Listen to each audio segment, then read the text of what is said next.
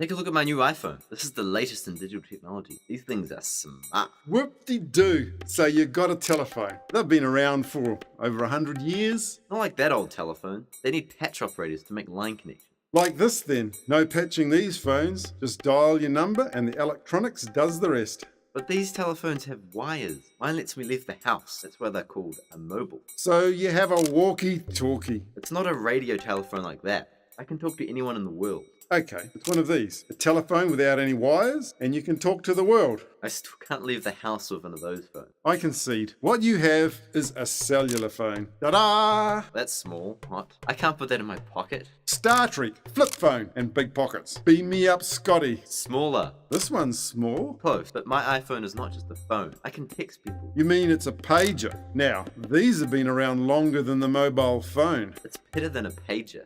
I can even send entire letters to people using email. You mean like sending Christmas cards and letters? Yes, it's not a lot different to snail mail, but it sure is much faster. So it's faster, but in the end of the day, it's still just a mobile phone. It's a smartphone. It has a clock. A clock. Now, they've been around since ever. Seriously, I would like to see you carry around that huge thing.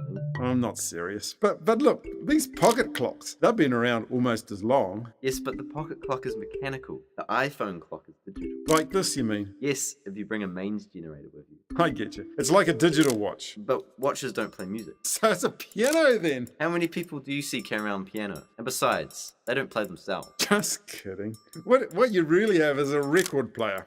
A way to store and play recorded music and sound. Yes, but the record is analog recording. This is digital sound. So like a CD player, that's digital? Yeah, but that player's not very portable. Well, these are portable. They were the rage at one time. But these play cassette tapes, which, like the record player, are analog. I get you. What you really have is an iPod that you use as a telephone. Yeah, that's right. But the iPod couldn't record music. It only played. So what you're saying, you have an iPod phone that's also a dictaphone. Yes, but not just the dictaphone.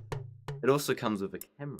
Now, that's pretty impressive. You tell me you can fit a camera in that little device? Yes, but it's not a film camera. It's a digital camera. Like one of these? Yes, it has the same kind of image sensor, but without the large lenses. So it's not a good camera? It's not bad, but it's also a video camera. What? It has one of these? Well, not exactly like that. It's smaller and simpler. Like this then? Smaller. This? These are all analog video cameras. It's a digital camera. Okay, this is a digital video camera. Yes, close to this, but without magnetic digital tape, and of course a lot smaller. And not as good? Actually, the video camera is not bad, and you can even watch videos and look at photos on the iPhone. What? Now you're telling me the iPhone is a film projector? It's not film, it's video. Like a VHS player then? Not VHS. That's still analog. It's digital. Like a DVD player? Yes, that's digital, but that needs a screen. Like a TV, you mean? You're still thinking analog. The iPhone has a digital screen. You mean like an LCD digital screen? Smaller. Like this? Yes, like that. Okay, so it's a digital media phone. It plays games as well, if you include those as media. Games like chess? Yes, you can play chess, but it's electronic. Ah, like the Atari 2600. Now that came out in the early 1980s. Yeah, I guess. But this didn't have a keyboard as such. iPhone has a touchscreen keyboard. The Commodore 64 came out at much the same time, and it had a keyboard. Is that what you mean? Yes, the Commodore 64 is right, but it needs a screen. Like a laptop, yeah?